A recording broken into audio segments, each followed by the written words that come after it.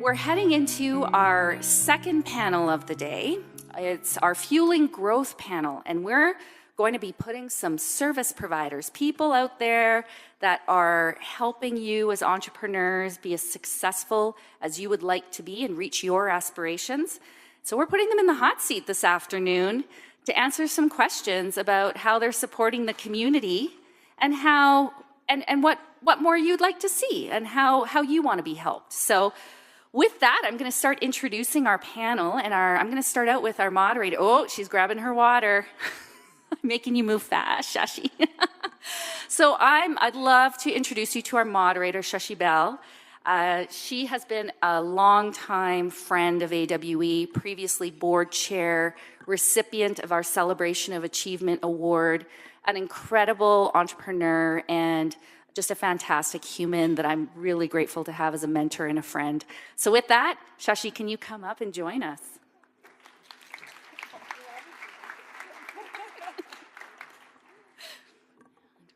Wonderful. All right, and now I'll introduce Catherine Glambeck from Alberta Women Entrepreneurs.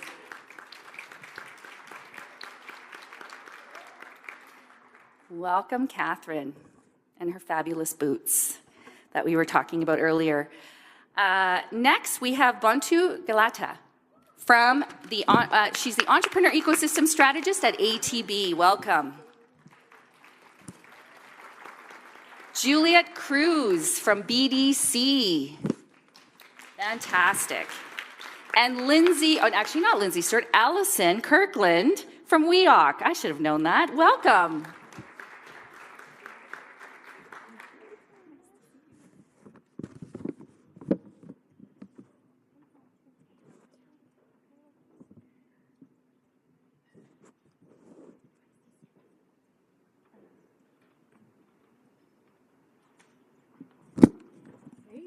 Thank you, Marcella, and thank you for that kind introduction. So this event is always near and dear to my heart because AWE provides such a great service for all women in Alberta. And I understand, I wasn't able to attend this morning, but I understand that there was a lot of really thoughtful discussions, great keynotes, and I expect that we will have a really great discussion this afternoon as well. With that, I am very thrilled to be on stage with these four women, all very accomplished and out there to help all of the women in Alberta and Canada. WEOC, thank you. And with that, I'm going to just ask, would you mind, before we get into it, can you just spend just a minute each and just introduce yourselves, name and your position within your corporations and companies, and one really quick thing on why this matters to you to be up here today. Yes, would you mind, Catherine, we'll start with you. Hi, my name's Catherine Glambeck. I'm currently the Capital Relationship Strategist at Alberta Women Entrepreneurs.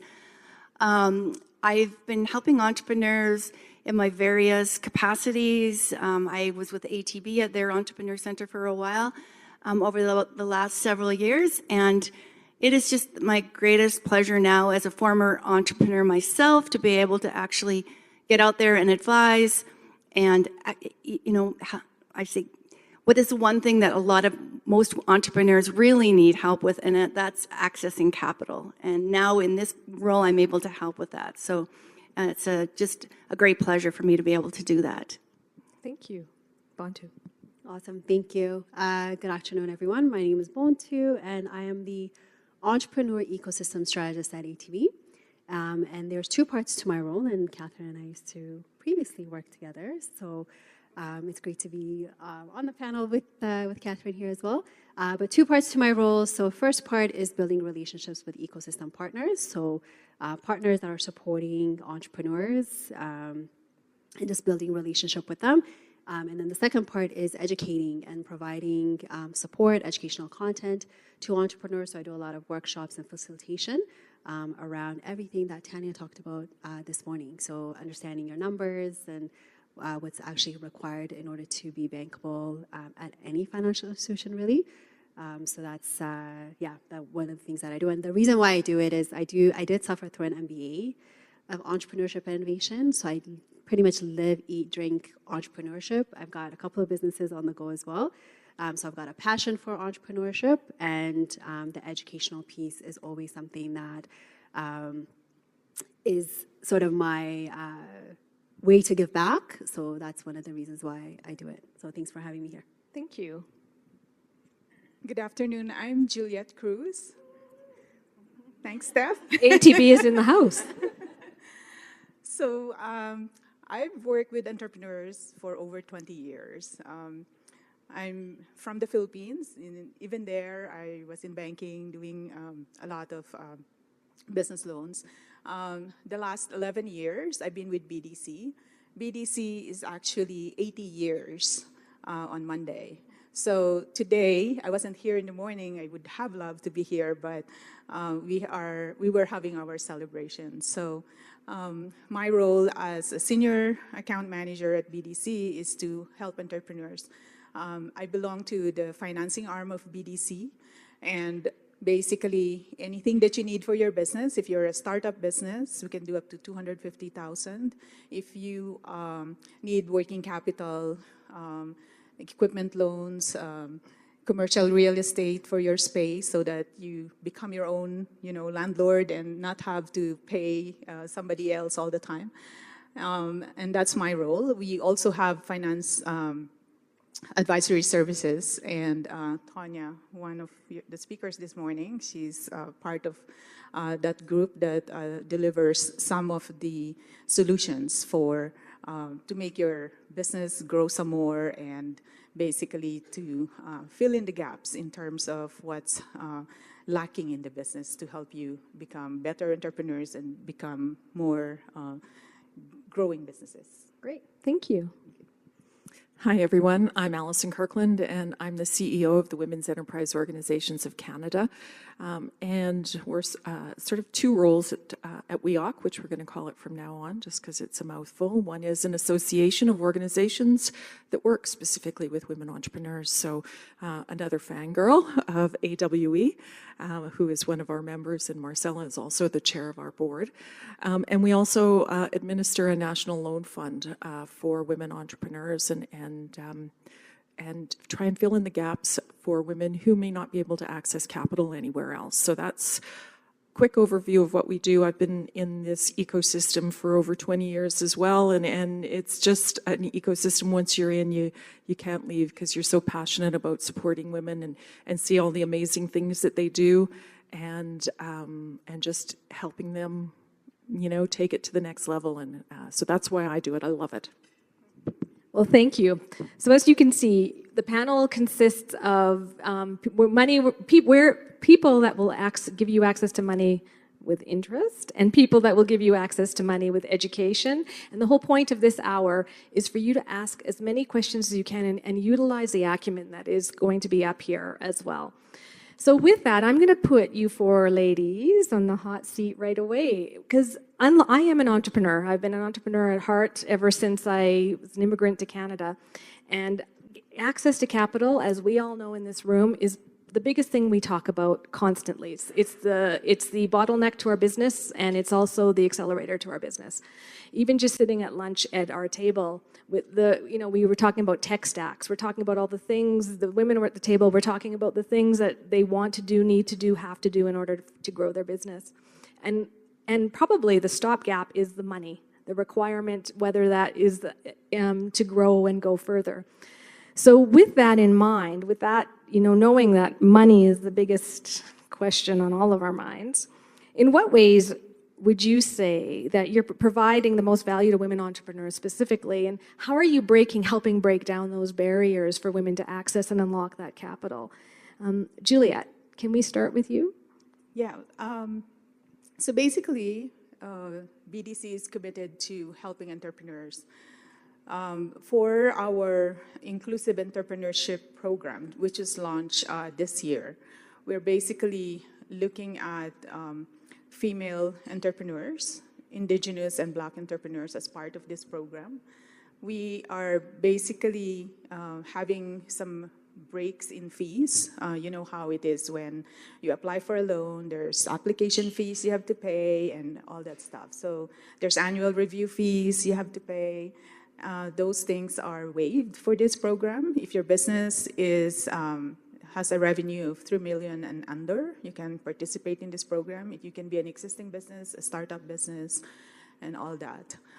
There is also an education component attached to it, and you don't have to pay for that education component. Another like carrot for it is that if you finish the mandatory education component, then you get a break on your interest rate as well. So some of the businesses might have like higher risk and of course higher interest rates. So we give you some breaks on that part as well. So with that program, when you said, is it just for Indigenous and for women of color, or I missed that. Was it for everyone? For female entrepreneurs, so as long as female, yes. or identify as female. Perfect. So the eligibility requirement is if you are 51% female or Indigenous or Black entrepreneur. Right. Like you're part of that program. And business under 3 million. Yeah. Okay. Thank you. Now, with that, Allison, so how does WEOC play into that ecosystem, with the bank? How do you collaborate with the banks when you... We actually do quite a lot of collaboration. So our loans are up to a maximum of $50,000. And often an entrepreneur needs more. And so working with a bank or with AWE, for example, we can share the risk. We each do a portion of the loan, which is great.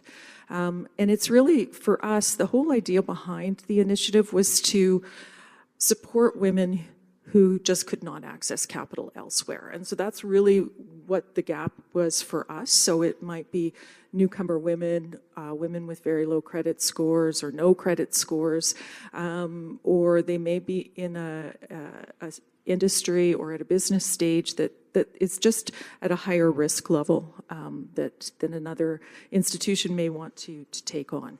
Or they may want to share some of that risk with us by each of us contributing to the project. So we're really looking at it from a holistic perspective. But one of the things with our loan is that they get the supports from organizations like AWE. So across the country, we have organizations that support women with once they're at the idea stage or at the startup stage or at the growth stage, they're really getting that background training and education to really help them make the wise decisions for their business and for themselves. So when we hear the word risk a lot and high risk, what does that mean? What does that mean? Because I've heard it my whole career. Well, and it's funny because we look at risk a little bit differently because we don't necessarily use credit score as an evaluator. A low credit score might be a personal issue that happened and is understandable, and everybody has those. And so that may have impacted their credit score. Or they might be in an industry that is maybe a little bit trickier, or they might be at a business stage where they haven't been around the block for a few times. So risk means different things. It doesn't always mean that it's a high likelihood of failure. It just means that there's some other things that they need to take into account and be prepared for when they're taking out financing. Thank you. So it can be overcome, is what I'm hearing. Absolutely. Okay. Now I'm gonna move it a little bit over to Catherine and Bontu. Am I saying that right? Oh, yes. Okay. With women entrepreneurs that are seeking financial support, and they've been told that they're maybe in a riskier category, or that they have some pieces that they need to work on, what do you suggest? Are there any other points, Catherine, that you can suggest that they maybe work on in order to get to an unrisky position? Well, obviously there's certain risks that banks see at just the particular industry that you're in. Say, like right now, it seems like after COVID, restaurants is considered a really risky industry. But I usually try to talk to them about preparation is key, right? If you really, have a well-developed business plan and do your research, your market research, nail your numbers, before you even strike out, that's going to really help you to, I mean, when we step out as an entrepreneur into our business, all kinds of unexpected things are going to happen, as was evidenced when we talked to our entrepreneurs earlier today. But the more you can actually pin down before it happens, then the less surprises that you're actually going to get. So there, I really try hard to connect women to all the resources that we have in Alberta and in Canada to really help them with that part of it, but just being prepared as best you can. I mean, you can never be fully prepared for what's going to happen, like worldwide pandemics and things, but you know, that's the advice that I would suggest. That's great. And I think what I heard too, you know, I've never heard that, is that there can be too many restaurants. That's very unfortunate. And Bontu, from a banking perspective. Yeah, I would say, like, just to add to what Catherine said, I think really understanding your business really well is so key. I think doing a, like, SWOT analysis are one of my favorite things. So that's your strength, weakness, opportunities, and threats. So that is like knowing your business really well and at what stage you need financing. Because if you don't, I don't, yes, there is lack of like access to capital, but capital, I think, as also the earlier panel mentioned, capital is not the only solution. There's social capital, there's other things like building a network, having a very strong team, like all those things come into play when it comes to running your business. So if you know and understand the problem that you're solving, so that's like really understanding your business, and then at what stages, do you need? Like, are you ready to scale? Sometimes you don't have to. Like, if that's not what your intentions are and that's not what your plans are, that's okay to be where you're at. But at least knowing that really well becomes very important in going in and seeking for financing. And then also knowing the type of financing options that are available. Usually, if you're looking for anything less than $50,000, you're getting a credit card from any financial institution, right? And then there's the term loans, the lines of credits, knowing what they do and at what stage of, again, business you need those. The educational piece of just knowing what you need becomes very important, and that's having a really good relationship with your banker, I think goes a long way. Okay, I'm going to do something maybe unpanel-like here, and I'm going to ask audience participation. How many people in the audience know who their bank manager is? Okay, about 10%. And how many of people that have raised their hands had a conversation with their bank manager this year? So the same 10%. I'm going to now, Juliet and Bontu, I'm going to ask, would you suggest that as an entrepreneur, you get to know your bank manager and ask for money before you need it? Or what's your thought around that? Definitely, because what I find, I work with entrepreneurs day in and day out. Probably about a quarter of them come to us when it's already at a late stage. They spend their money, they try and, use help from family and friends and all that stuff.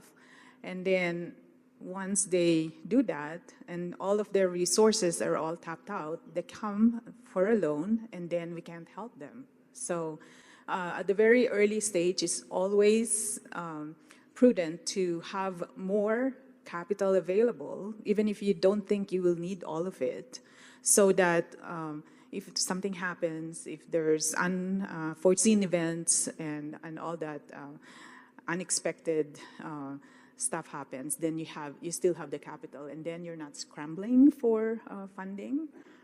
So it's almost counterintuitive in the way we think, is that get the money or understand how to get that money before you need it. As an entrepreneur, we're all bootstrapping and trying to spend as little as possible.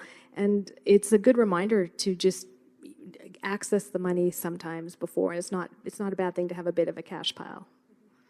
Bontu, would you be? Yeah, I think just something to add also, I think there is data around even just women, like oftentimes they're the sole employee within their organizations, which usually means that they probably started off as a sole proprietorship.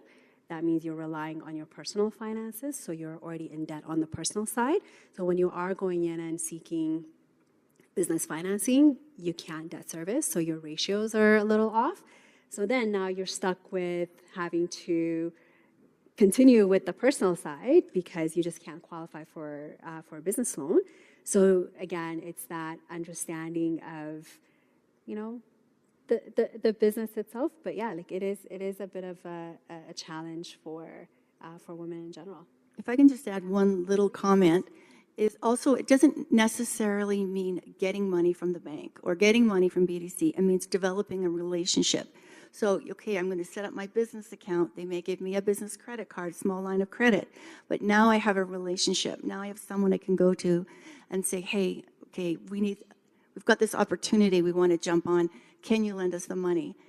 You're not some new business coming in. You already have a relationship with them at that point. I think that's great advice, in fact, and it's a good reminder. It's building, like everything, building the relationship. Then when you're ready, actually, and it's so much easier too, wouldn't you say, as well as, and it's so much easier to go directly to someone who knows your name. It's also harder for them to say no to you. Okay, so now we know how to access and unlock a little bit easier. Where do you, for women, see the trend or opportunities, I should say, for women entrepreneurs to access capital in the next 5 to 10 years? Are things changing, and if so, how are they changing? Catherine, may I start with you? So I think we're in a really exciting time right now. I can tell you from being a young woman in the 80s in the workplace, things have changed drastically over the last few decades.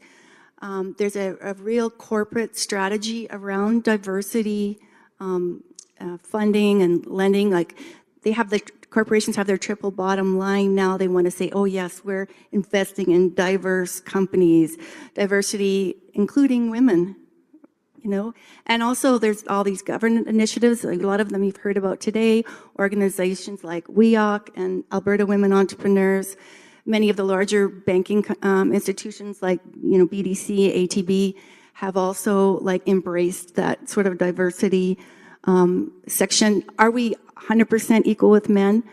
Certain areas, venture capital, it's still, kind of a man-driven venture capital world, but even when we say angel investing, that's friends and family, that's women mentors, that's other people that believe in your business. So honestly, in Canada anyways, I feel like women have come a really long way, and I think that this is a really exciting opportunity right now to be a woman in business.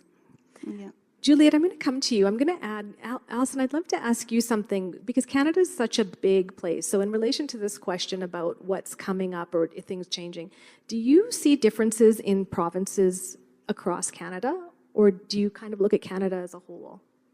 As a CEO of and Alison, do you mind as a CEO of yes, yeah, WEOC? Absolutely, yeah. No, we can't look at Canada as one big place and everything's the same. It's different. Just as every entrepreneur is different, Canada is different. There's different industries, different focuses, different rules, regulations. So it can't be looked as a one-size-fits-all. It must be looked at individually, which is why we have partners across the country who understand what is going on within their province. And I think that is the intel that we have, is really tapping into the knowledgeable folks who live and breathe the economy in each province and understand what's going on there. So absolutely not one size does not fit all for anything. How's that? Yeah, thank you. So from the banking perspective, Juliet, what do you think, or what are you going to seeing or talking about for the next 5 to 10 years as an easier way for women to unlock capital, and are things changing? That's a really good question. As 80 years old, like BDC, we were talking about a lot of things have changed, but a lot of things have remained the same as well. So challenges of entrepreneurs are mostly, it's the same over the years. But at the same time, the changes that's happening, technology, for instance. Like, when was the last time you have your phone and then you have to upgrade to a new one, and then there's something coming up again, and all that. So it's really important that we keep up with the technology and be learning in that as well. So BDC actually established a Women in Technology Venture Fund. So there's 200 million that's available for women in tech, as well as right now we have probably about over 35 companies in the portfolio that's taking advantage of that fund. And there's about 7,500 women entrepreneurs that's been helped through that. Great. Okay, and Bontu, ATB is known for actually being just a little bit ahead of the curve as far as entrepreneurship with relation to the big five banks. And what are you talking about at ATB about what's coming up in the next 5 to 10 years? Yeah, I would say a lot there. I think we're seeing a lot of government grants that are specific for women and just minority groups. So I think we're seeing a lot of that, as well as impact investing. So a lot of women are actually very socially conscious. So when they're building their businesses, they're also thinking about just the social construct of things. So I think in the VC space, at least, I think we're going to see a lot more of the impact investors and those criterias more often. So yeah. So I'm kind of trying to keep a little tally of how do we mitigate risk. And as listening to the four of you, I've heard, well, we already heard this morning, know your numbers, understand what industries are saturated and not saturated, look at it, make sure that there's some education. If you talk to your account manager, get to know your account manager, build a relationship. And now I'm hearing, put a little bit of have an understanding of how the social impact is in your business when you're actually starting to build that relationship with your manager, and make sure that your account manager knows that you know that that's important. Okay. Can I add to that? Yes, please. And jump in anytime, please. Well, not just your account manager, but when you are building your business, make sure when you're building your pitch, when you're telling your story, that you really are solid on that social impact part of your business. What are you giving back? Because that's not only going to give you good relationships with your bank manager, but it's also going to bring other people into your community, including possible investors, other socially aware businesses that may want to partner with you. So yeah, that social impact. I think there's some data around millennials the social give back is really, really important. And who are the upcomers in business right now are the millennials, right? The people that are investing, the people that are running corporations are going to be more and more. And so yeah, really having your story and your pitch down solid, including what your social impact is going to be. That's great advice. Thank you. Thank you. So now, I do have a question around collaboration. I mean, we all work 8 to 10 hours a day in our organizations, but how then do you get out and how do you help form other relationships in order to build up women entrepreneurs? Bontu, in the entrepreneurial ecosystem, how do the banks provide a comprehensive package for the woman that comes and asks ATB to help them? For sure. So that's part of my role, is to be out in community and actually get to know who's who in this ecosystem. And with that, we actually have an internal document with all of the resources, and that's something that we're constantly updating to make sure our business advisors are aware of who's who in the ecosystem as well, so that when they are meeting with a woman entrepreneur or just entrepreneurs in general, that they have those resources ready to go and they can send that out to them in either a follow-up or the same time that they're meeting with them. The other thing that we're also doing is we host incredible webinars. So if you haven't been following our webinars, you really should. Tanya was on there a while ago talking about the numbers. So bringing in experts that are not necessarily bankers, but that are just knowledgeable in their space, and making sure that not only, it's also not limited to ATB entrepreneurs, but just community in general, like Albertans, have access to these experts. So creating that platform through the webinars, like in-person workshops that we host in Calgary as well as Edmonton, I think some of the ways that we're in community, and just making sure that those resources are also available. And the other piece too is we've got a team. It's called W by ATB, so that's our Women by ATB, and they've actually curated really great resources on our website. So it's the W by ATB resource ecosystem resource guide, and it's got all of the resources that are available, and I'm certain AWE is on there too.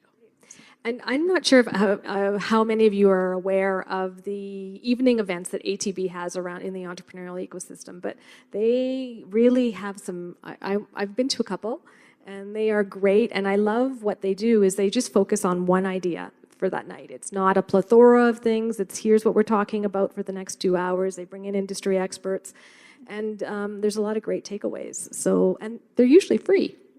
So they're all free. Okay. Allison, ecosystem. When we talk about ecosystems, I would have to say WEOC is the ultimate in building ecosystems, because you, as you said, you have to know what's going on all across Canada, which means that's talking to a plethora of different industry leaders, people, banks. Can you talk to us a little bit about that? Yeah, it's probably one of the best parts of my job, actually, is just being able to reach out and connect with folks across the country. And it's not just me, everybody on our team is doing that. And it's really to hear what's going on in smaller communities, large communities, from east to west. In the north, we're doing work up we've been in Yukon.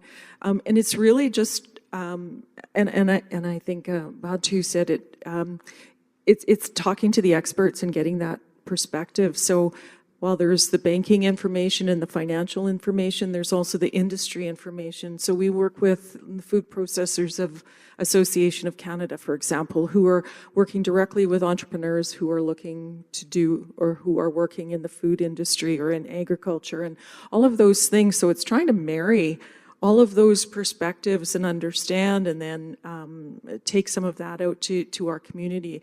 One of the things I think about WEOC is a little bit of a disseminator of information, and sort of saying, here's what we do, or here's what we're hearing. And so we're reaching out to different communities and sharing that beyond just the small WEOC team, but how can we share that with others so that there's a greater understanding, but also an application of some of that tremendous expertise that exists, and so we're not operating in a vacuum or in a silo.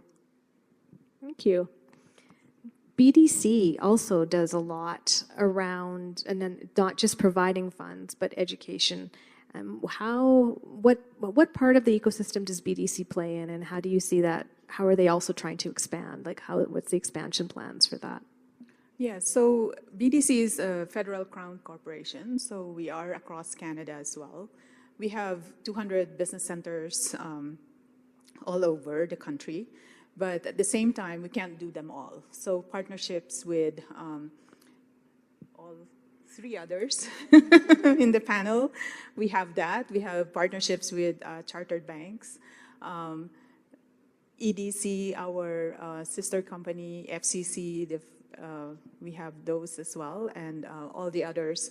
I was looking at our website, and I said, I didn't realize we have this many partners, actually, because it makes our job a little bit easier when we get introduced to an AWE client, for example. Then we don't have to do all the groundwork for that particular entrepreneur, and that entrepreneur as well. They don't have to repeat themselves 2 or 3 different times with 3 different providers. So it's in terms of the education part, BDC.ca has a lot of information with regards to entrepreneurship. So you can be a woman entrepreneur, you can be in tech, you can be a startup, all the other different things. I was struck one day. I met an entrepreneur, and not a BDC client at all.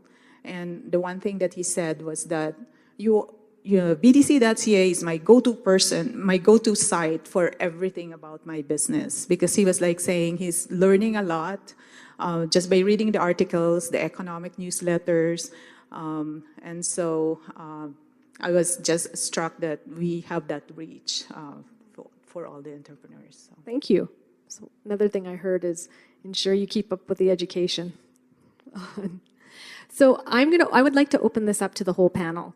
And it's the question that I'm pretty sure that all of us have had come up to us one at a time. When you hear no, and you're trying to unlock capital or get some capital, if an entrepreneur hears no, how can we turn that into a not now, but come back when?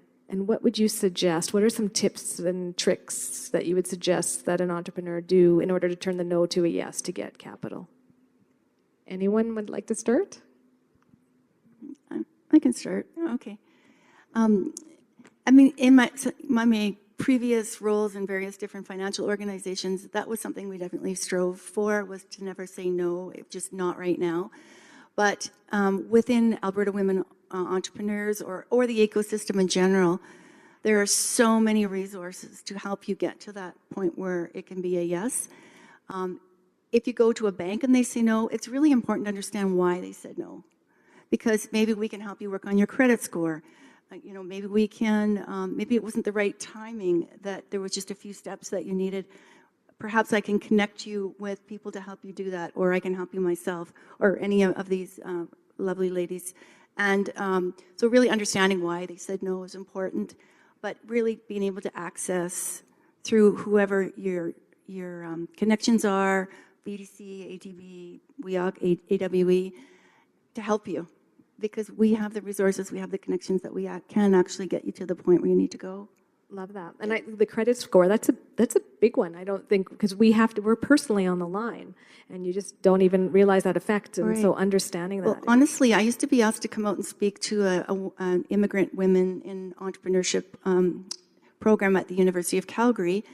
And they asked me to go and talk about how to get money to start your business. But in the end, what I realized is people that are new to Canada just want to understand what credit score is, and how can I get one, and how can I build one. And that's, that's just something we assume people maybe know, but they don't.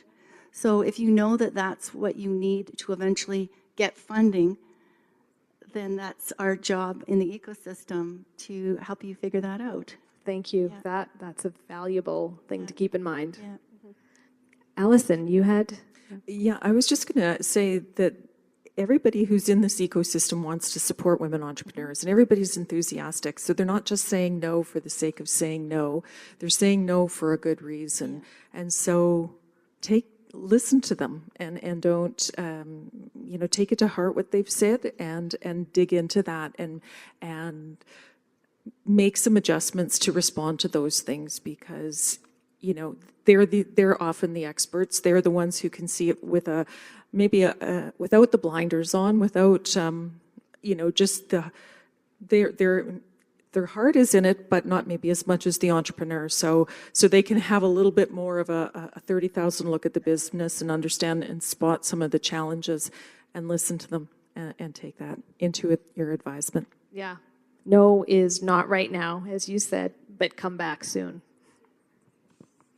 Yeah, and just maybe to add to that as well is, I think it goes back to what we were talking about earlier around just relationship with your bank and just business advisor. I think you kind of have to position them as somebody that is on your team, on your business, like you're recruiting. Think of them as like a team member on your team. So if the relationship does not feel right, you don't have to stick with that advisor. Like you can ask to move to someone else, right? Like, because this is someone that is going to be on your entrepreneurial journey, regardless of bank or that individual. Like, yes, people change and whatnot, but I think really thinking of it in a way of like just recruiting someone on your team, and that can help you get to the next level. So building that relationship, and also just going back to the story I was sharing around like not understanding the personal financing and how that impacts your business. You need a banker that understands why and asks you questions, why those things in life happen, life happens. That's normal. Credit scores are not always going to be great. There's times where things happen and you're just not paying your bills on time, or you've lost your job and now you're trying to sustain this business. Maybe that's the only income or revenue that you're generating. So things like that happen. But whoever your lender is, if they're not understanding that and if they're not digging deep to understand, ask for someone else. Oh my goodness. Okay, you just opened up my eyes. I love that. Did y'all hear that? You can interview your bank manager and you can also fire your bank manager. That's what I heard. So thank you. I mean, I think also too, and I maybe step out again, I'll step out of that role a little bit and say, I think as women, we sometimes forget that we are leading our business so that our voice also matters at the table. And I thank you for really reminding us all that the bank manager, we are paying interest on the loan. So therefore, we are the client and we actually can ask for what we want. And relationships are important, and you do build one. So thank you. That's a really great piece of advice. Yeah, so one of the things that I would suggest is don't treat your bank manager as your enemy. They are your friend. So if they say no, basically there's a good reason, just like what Allison was saying. Understanding that, one of the things that we are told at BDC is that we cannot be very specific on the reason for the no. But in general, it's really, you can have a good understanding of why your loan was turned down. Another thing that I would suggest is ask for an alternate source of lending or even grants. There are some resources out there.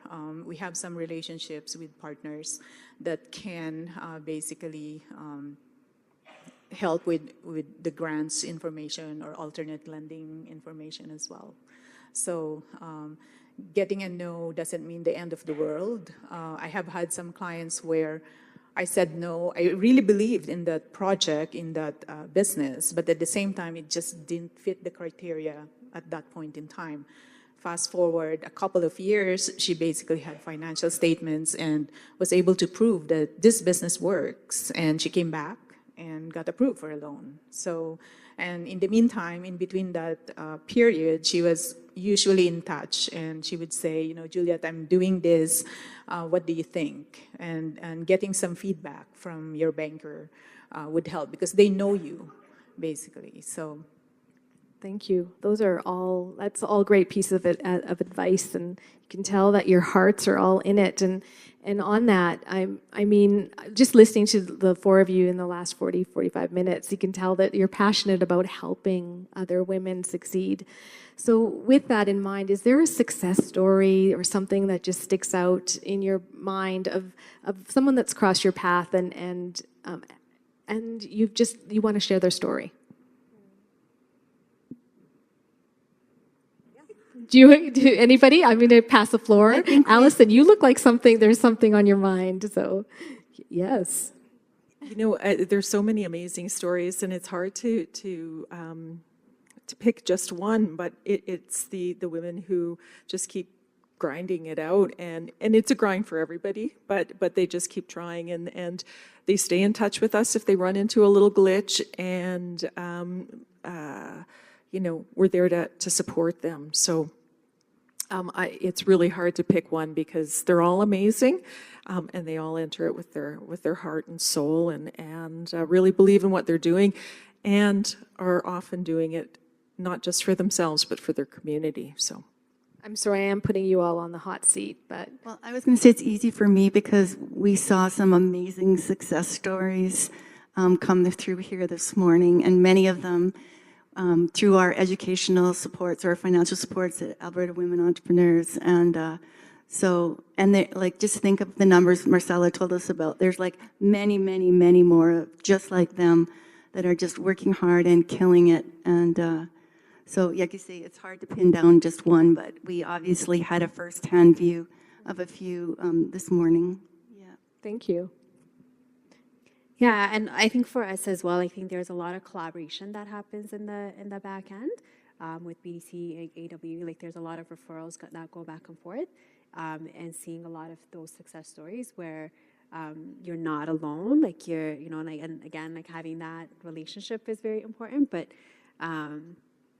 it's that you are going to be supported, and even if it is a no, it's not right now, but there is going to be that support of, you know what, will help you to get to the next step, and those resources are available, and just making sure that we're aware of that, and then making sure that we're connecting and collaborating with other organizations. I mean, that's been successful, and I think that's something that's going to continue to happen. So, Thank you. Judith. So we're in an AWE summit, and I think of a client that was referred by AWE. This was probably about 8 years ago. And when she came to me, she basically said, you know, AWE asked me to contact you because I have a loan with them, but I have some personal situation that's happening, and the security that they have is my home, and she's going through a divorce and all that stuff. But one thing that I ask her is that, you know, and I ask entrepreneurs this question all the time: what do you want to be when you grow up, right? Like, what do you think will happen to you 5, 10 years from now? And she basically told me that I want to exit this business in 2 years. That time I met her, it was a 1-year-old business. So she was a startup, was supported by AWE, came to me because of that situation. And I was like going, wow, she just started her business and she has an exit strategy. And these are 2 women that are fairly young and, you know, in an industry that's trendy and all that stuff. At any rate, we were able to do the loan without the security requirement because BDC, one of the things that distinguishes us from other financial institutions is that we never attach your personal assets to your business loan. So if we see that the business makes sense, at that time she made money on her first year, and we were able to do the loan. After 1 year, the loan was amortized over a period of 6 years, but after 1 year, she contacts me and says, I need a payout statement. And I go, what's going on? Like, her competitor was buying her business. So she made like very good, she was very successful. And of course, the competitor just said, you know, we're buying your business. And so she has to pay our loans. And then the next iteration is that she's a serial entrepreneur at this point in time and has another business. And again, she raised capital and we supported a portion of that project as well. So That's great. Thank you for sharing that. With that, I mean, we've got a number of successful women in the crowd right now, and there's a great acumen up on the panel. I ask, does anybody have any questions or anything that you would like to ask any of these women? Yes. You know what? Can't see your name tag, or sorry, but yes, please. Hi, ladies. Thank you for speaking today. My name is Lindsay Quick. I own YYC Quick Clean, which is a vehicle detailing company located in Chinook Centre here in Calgary. And we also have a location in Saskatoon and Saskatchewan in the Midtown Plaza. So I have a foot in each province, if you will. I'm interested to talk about WEOC's presence in Saskatchewan, but that's not my first question. My first question is, as our business has grown and changed and expanded, I have had the situation where I have changed banks. I know there's a lot of large companies within Canada that change banks on a regular basis. And I think for folks that in the room that haven't changed banks or haven't changed bank managers, perhaps you could give some insight about some indicators of when that would be a good idea. That's a great question. So Bontu or Juliet, would one of you like to take that? Okay, I guess I'll go. I think it's, as I mentioned earlier, this is like a banker or a bank is someone that is coming on to your business and helping you go in the direction or supporting you in the direction that you want to go. And if you do not feel like they're doing that, I think that is time to go. I think that's the major indicator that when things are not lining up. Getting a loan, going in, saying no is a different story because maybe it's you don't meet certain criteria and things like that. but there's more to it, that there's that relationship of, do you feel supported? Do you feel that this bank actually wants to go on this journey with you? Or are they constantly just saying no to you and not providing you any reasons as to why, or giving you additional resources of where you can go and get that support? I think just naturally, I feel like that would be like the easiest indicator to just say, no, this is not working for me, and I'm going to go somewhere else where I feel valued. Because I think as a business owner and just as a human, you should feel valued where you're spending your money. So I think that's my answer. So sort of look, is that remembering that you're the client? Yeah. But does that answer, is that your question, or were you also, does that answer your question, or were you also thinking about it in the amount of a monetary amount when to switch banks? Yeah.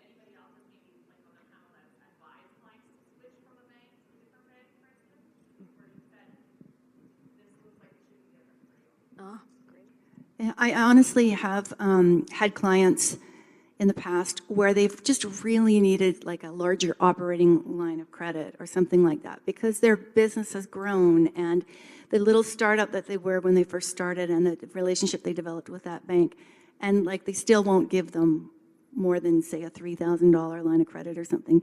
And they're like, I went to the bank down the road and they told me they're going to give me a $50,000 line of credit. Why is that? And I'm like, I don't know, but you should go. Because that can really, really hold up your supply chain, your purchase of inventory and sales and everything if you can't get that those certain kind of services. So that's just one example. But, and you know, now you're an established business with a couple of years financials under your belt, and maybe they'll take you more seriously now elsewhere if your own bank won't. Sometimes, on that, is there merit sometimes to you build this great relationship with your bank manager, but they know you as one way, even though they can see your financials? Is there some merit as well of maybe asking for a change in account manager as your business grows within the same bank? From what I understand, some banks have different levels of like thresholds where you're a small business, you're a medium business, and they will basically, as you grow, will recommend that you go to another relationship manager. But at the same time, if you find that, as Bontu said, like if your relationship with your current bank manager doesn't work, then you will know when to switch. Yeah. It's a great question. Anybody else? Burning questions about unlocking capital. Yes, there is someone right up front here. Right up at the front table. Oh, okay. Sorry, go ahead. We'll come to you next. Sorry, the gremlin sitting up the back by the garbage over here.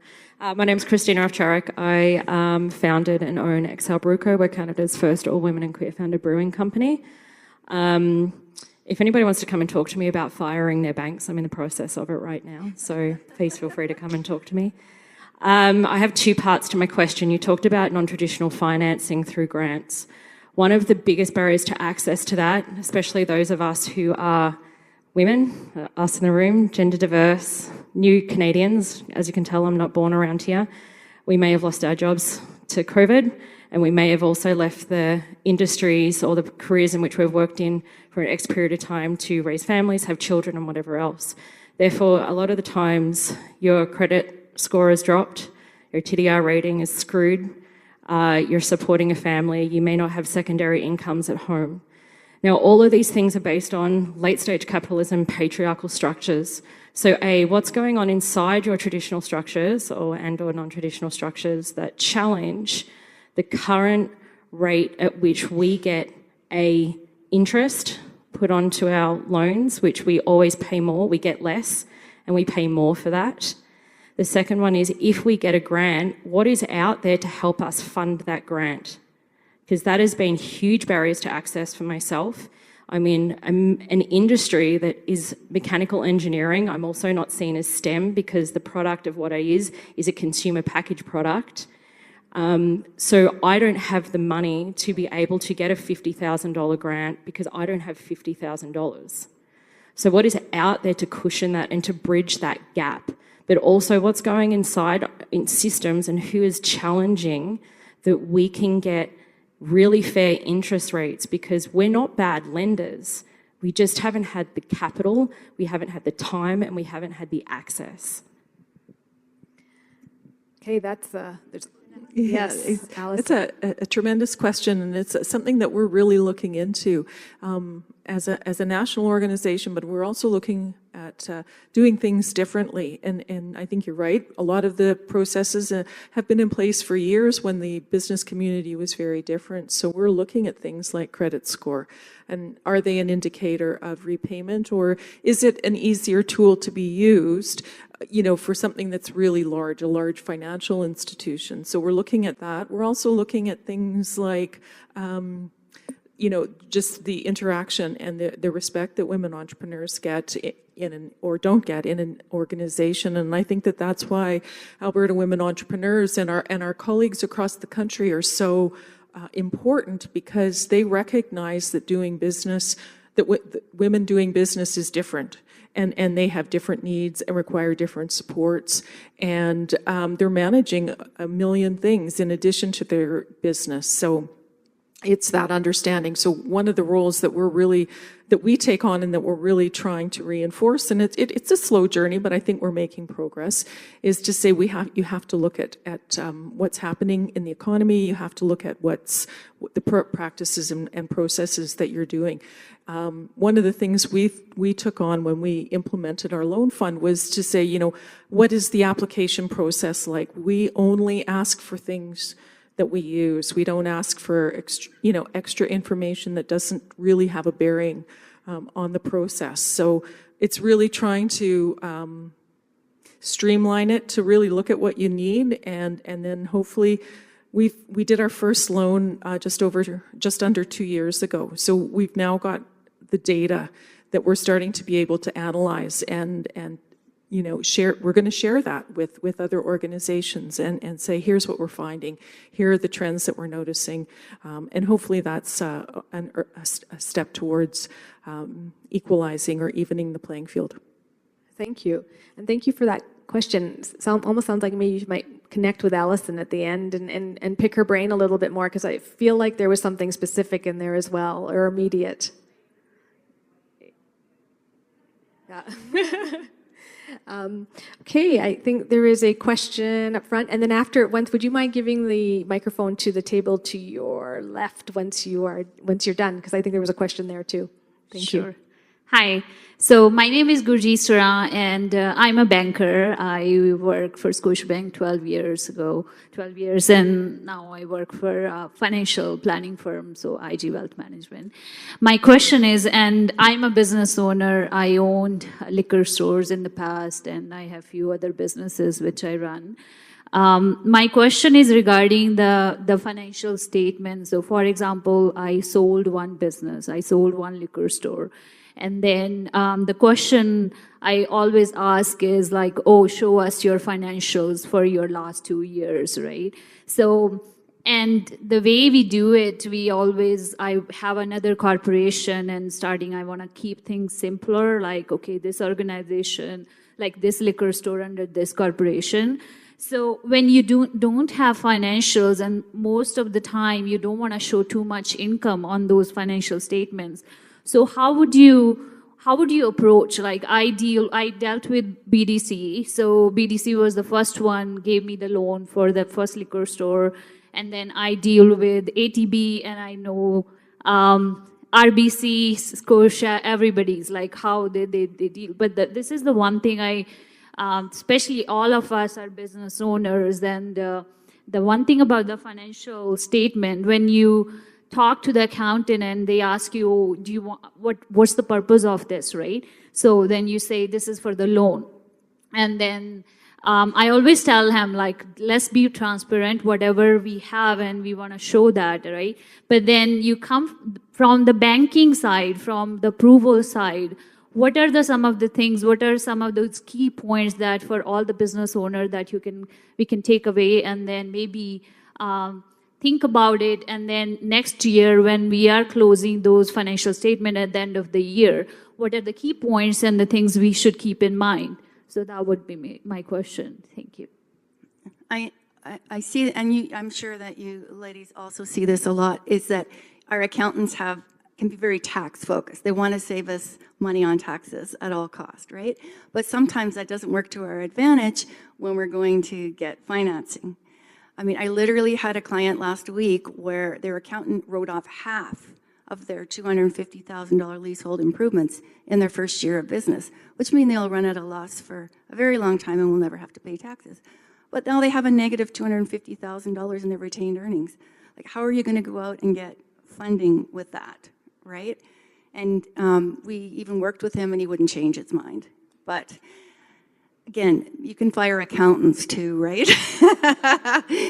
But the one thing I know that the bankers, because I used to work in banking as well, but they look for what is your investment back into the business. So it's not necessarily just the bottom line, but it's also how much money are you taking out? What is your retained earnings? What does that shareholder loan look like? So are you literally pulling everything out of that business to fund another one or to fund yourself?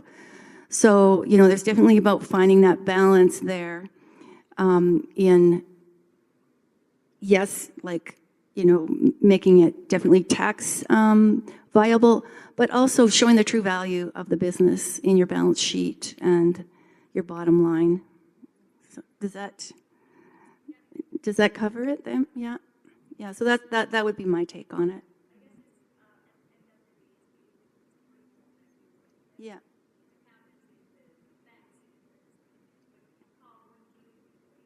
Mm-hmm.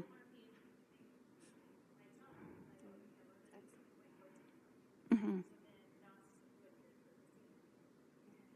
I think too, like back to building your relationships, just like you build your relationships with your bank manager, also build it with your tax lawyer and your lawyer.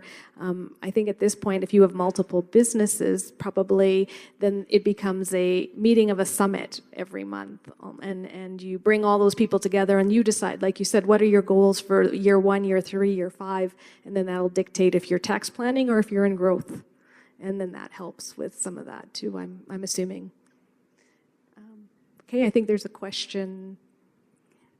Yes, my question was, so I actually teach the Next Steps to Success program for the AWE, and I have found, like with some of the cohorts that are coming through, is that some of them have already started their business and they're wanting to grow, they're wanting to do a business plan, etc., to get financing. But a few of the clients that I'm mentoring we're finding that their credit score is just not good enough at this point. So I'm wondering if you guys have any recommendations on either an organization, preferably one maybe that's nonprofit, that'll help mentor some of our clients to increase their credit score. Decrease their debt and things like that, and just increase their overall financial knowledge, but in particular around increasing their credit score, as quickly as they can, if that makes sense. It's a great tactical question, maybe for the bankers, and specifically, how does one increase their credit score? Yeah, I think a lot of our business advisors do just that when they do sort of put through an application together, and as I mentioned, like anything really like under 50,000 of lending, you're personally liable for. So it's those MasterCards and just like smaller loans, and so therefore a lot of it is educating that entrepreneur in so if your credit score is not so good, then it's giving it maybe like 6 months of making sure that you're paying your bills on time. It doesn't have to be paid in full, but just making sure that you're paying, at least the minimum or a little bit more, because you don't want to pay too much interest. And then just putting in like strategies in place on if you do have a lot of debt, so then, maybe your debt ratios are a lot higher, but putting a plan in place. So having a strategy of, okay, within the next year, I want to be able to pay down the existing loans that I have or personal loans that I have, which often, again, it could be because you're fueling the business with that personal loan, but also having that strategy of like paying it down. And you can usually the strategy that I go to is going to the highest interest rate. So usually your credit cards that are like at 24% or so, paying those down, even though the amounts on there are maybe lower, but paying that down with a line of credit that might have an interest rate that's a little bit lower, and just doing it that way is probably the best. But we also have one of our business advisors here, Taran, who's sitting at the back or the second row. So feel free to also have a conversation with her too. Yeah, if I can just add to that a little bit, there are a lot of apps and so on out there right now that you can just access by downloading onto your phone. And I'm sure most of your entrepreneurs have a phone, a smartphone or something like that. Downloading the apps, there's like a Credit Karma, there's a few other ones, and they can, for free, get in there and they can see what impacts their credit score. They can see what's on there, what bills they haven't paid. If they have a late payment, they can literally see their credit score go down, and then they make payments correctly for a couple months, they can see their credit score back up. So it's very visual, and that in of itself makes them can make them really aware of what it is and what's on there. Yeah, I just wanted to add on that as well. But before that, I just wanted to know, show of hands, how many of you know what your credit score is? Okay. So there are a lot of resources out there. I noticed recently that the online banking, if you have online banking, it actually gives your Equifax or your TransUnion score. So understanding what are these scores. So basically 500, that's not good. 600, hard to get credit. 700 is good, 800 is excellent. So what are the things that contribute to that credit score? One is slow repayments. So there are ratings, R1, R2, R3, it goes up to R9. If you look at your credit score and there is an R9 in there, there's a problem. So it's good to basically visit that page and see what is on your credit score, at least once a year. So you know exactly whether they're reporting correctly or not. I have found that there are many instances where I see a credit score of 500, but then there is a duplicate file with Equifax or TransUnion, and when you combine them, the actual credit score is actually 700. So you want to know that what is reported about you is correct. Another thing is the number of inquiries on your account. So when you are looking at a car, don't get people to pull your credit score right away until you are actually on that point where you're deciding this is the car that I want, or any credit products. Before you give your consent and know that you have to have your consent to pull a credit report. If you see in your credit report that ATB pulled a report on you, but you don't remember, applying for credit, then you can call them on that and get that fixed. Because the more number of inquiries on your account, the lower your credit score is going to be. And the last thing that I would like to say is the utilization rate. So as an immigrant, when I first came to Canada, I don't have a credit product, and I don't have a credit score.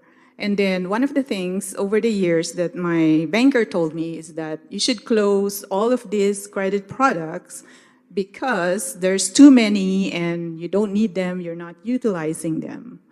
But I've heard that with some of my clients where they were advised on the same thing, and what happened with those is that your utilization rates goes up to 90%. So you have 10 credit cards, you closed all of them, left one, but then you're utilizing 90%, your credit score drops. So those are like some of the things that contribute to your number. And protecting that number is really something that you need to do so that the credit is available to you, as well as the interest rate will be lower if you have a good credit score. That's such good tactical advice. So my hearing this is that have a number of pieces of credit cards or things like that, but don't max them out.